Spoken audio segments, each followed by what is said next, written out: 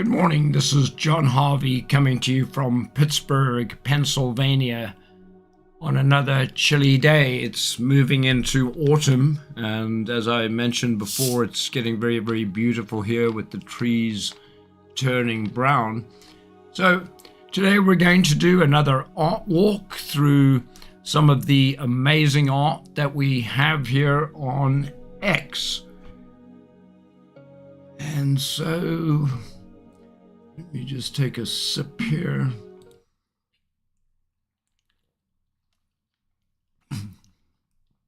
As I say, my name is John Harvey, and I'm doing this on a daily basis now. I haven't got a particular time that we're doing this, but it's an art walk through some of the art that I look through every day on X. And the idea that started this off was that I look at this art many times a day on X, and so thought that I would share some of my observations and thoughts with people that might care to hear them. Of course, if you don't have to listen.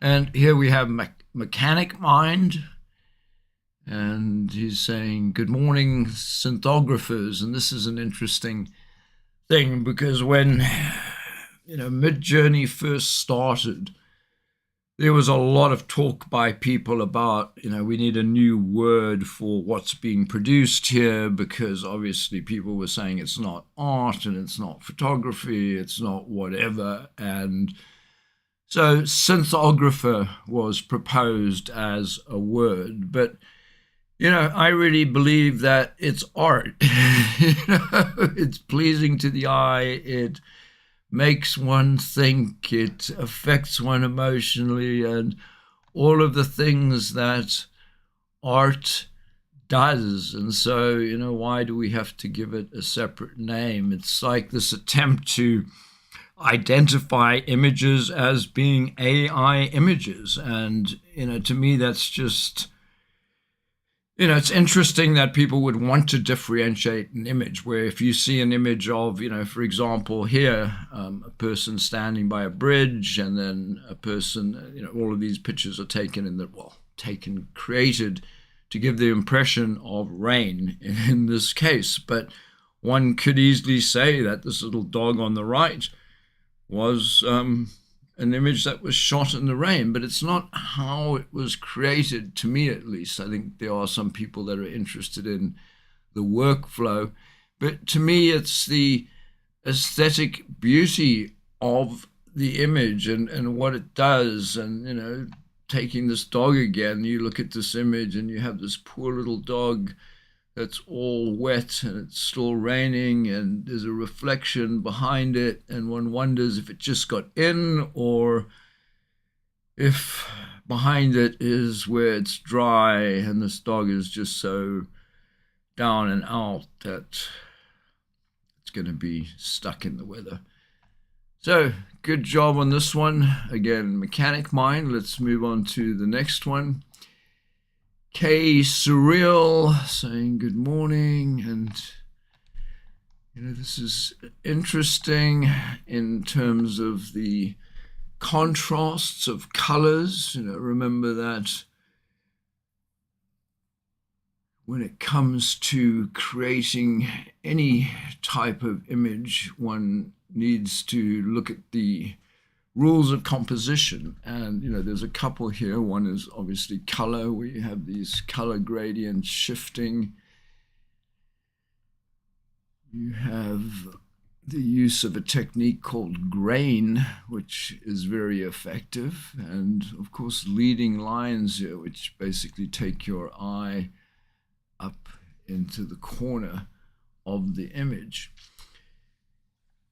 And then we have two houses at the bottom here. So a very, very interesting image, minimalistic in some ways, but also very rich in other ways. So I think, to me, the thing that is most appealing about this are the reds. They just pop out, and the grain on the mountains just really brings that out. So good job. And we have ads which will go and pass through. Eric Brenner, The Fracture. I always love it when people give their images names, and I'm wondering if I can, can't get out of there. Let's see if I click on there, it takes me. Shouldn't have done that. Well, hopefully Eric will get back to your image. I didn't want that on the screen, but I'm still trying to figure out the best way to do this. I've even thought of just selecting a number of images every day, and but that's a lot of work, and so I was going to do this just for fun and share it.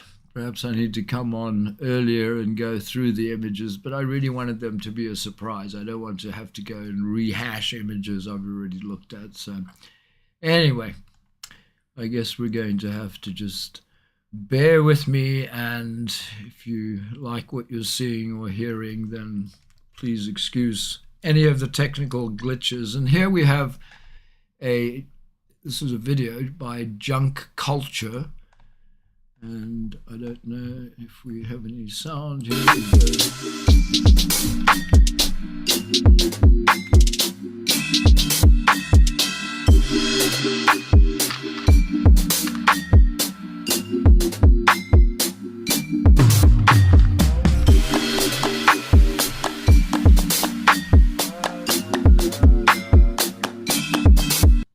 Interesting. So this could be, probably is a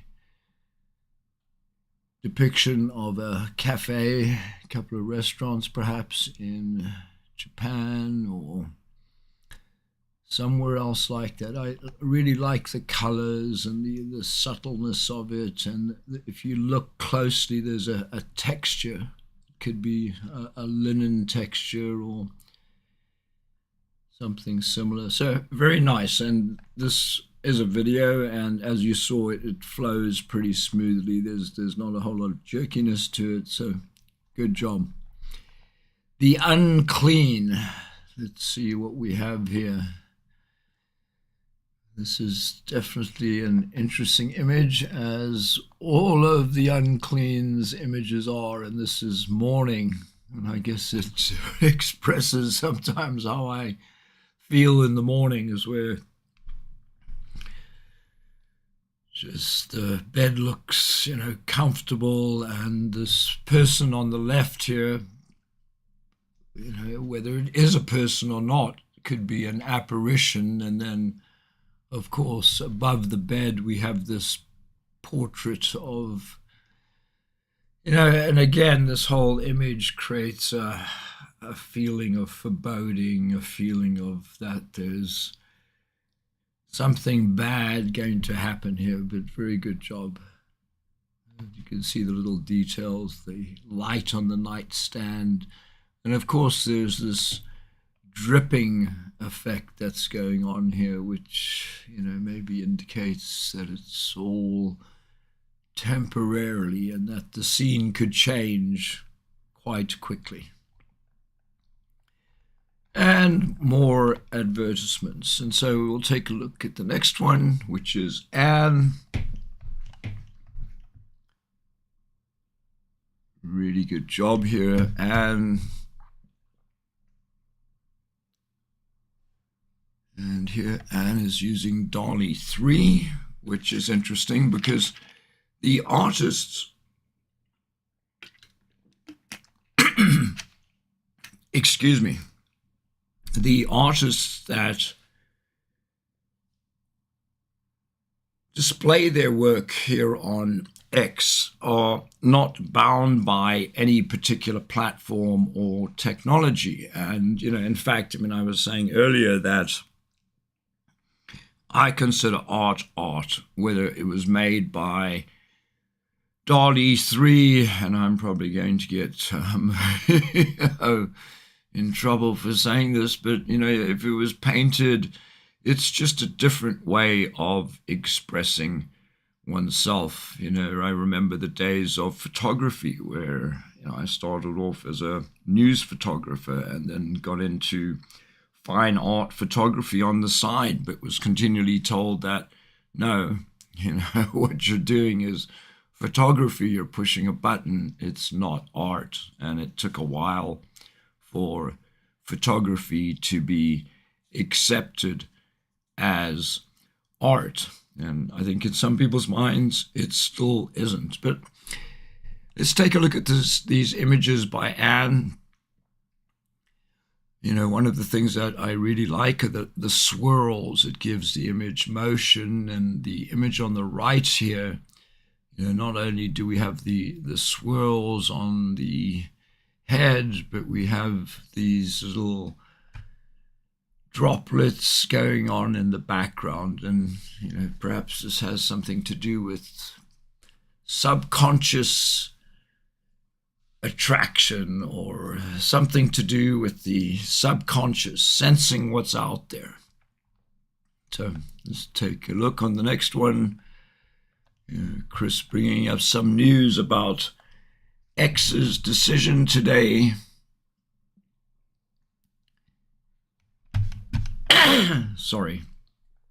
today to charge people $1 a year. I thought it was a month, but you know, any charge I think is going to help. It's going to also prevent some people that can't pay that dollar from signing up, but it, I think, will help with the spam bots, unless people that have spam bots don't mind paying $1, which I guess is another discussion.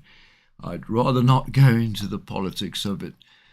So Ricker, and something simple according to the title, and this is, you know, it looks like almost glass to me. This is a tree, or looks like a tree, and you can see the flow, you know, perhaps of the life force of the tree, or the blood of the tree. But as I say, it looks like glass, and this would be in some ways an interesting stained glass window. So let's continue on.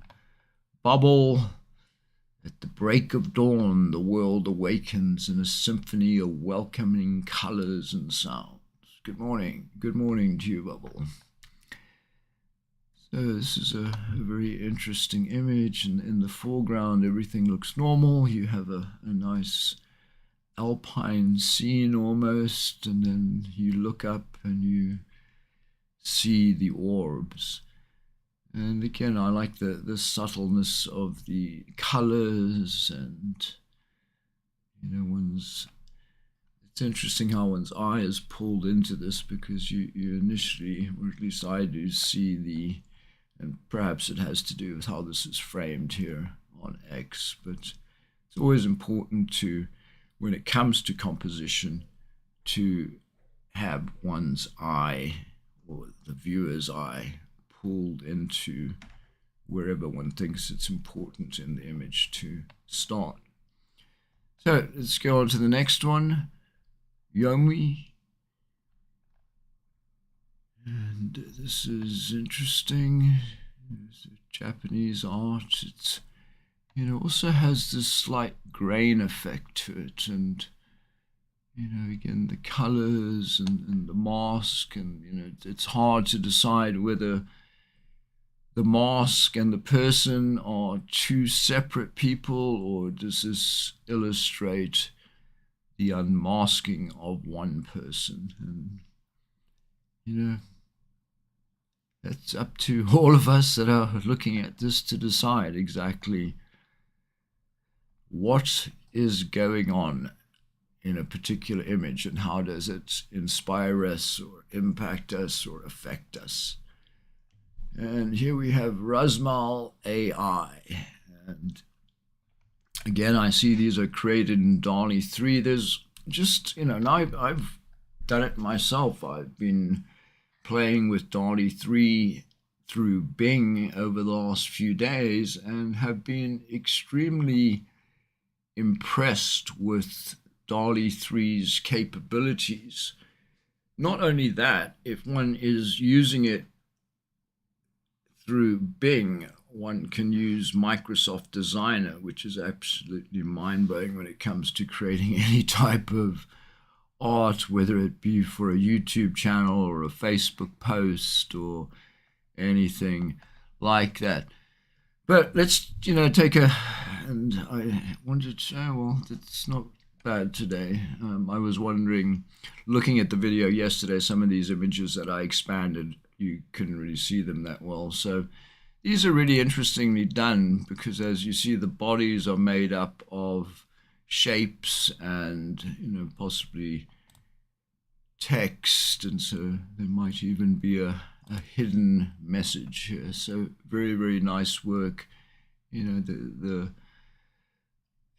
There's just, one can, as I've mentioned a few times with these images, it's if you look up here, there's a little face in the hump, and there's always something to find, it seems. And just going through these images so quickly really doesn't do them service, but I thought that it would be fun to share these wonderful images on X, when X gets so much bad publicity for some of the other stuff that I don't see, but that's probably because I'm stuck here in my wonderful little art world. So we have Bad Bean LLC here, and we're coming up to Halloween, and so we have a witch here, perhaps, not making that assumption because of the dress, coming up with some secret elixir or secret concoction made up of all these herbs that are growing in her greenhouse. So nice job. Santa AI, Land of Mushrooms. And yes, we do have a slight psychedelic look here. If you look at the foreground, everything looks slightly normal. Otherwise, definitely illustrated in terms of style, but then you start looking up and one gets the idea that these might indeed be magic mushrooms. So, nice job, nice colors, and just very pleasing to the eye. Fletchy, I hope I pronounced that correctly. This is interesting. It's an emotional image where you can look at the look on this person's face and wonder what they're thinking, and the title should give us some clue. She's still here, and then one wonders, what has happened here that's bad. This is, one of those images that definitely makes one think. Code of Kai, these are beautiful, and some artists will often do left or right, and let's see, that's the left image and that's the right image. So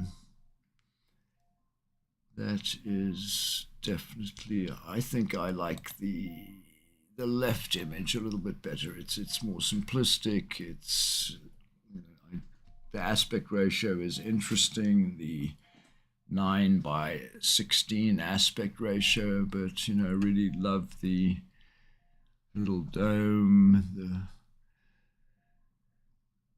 the plants and all of that. So very, very nice. Well, we're going to stop there for today. This is John Harvey again with another,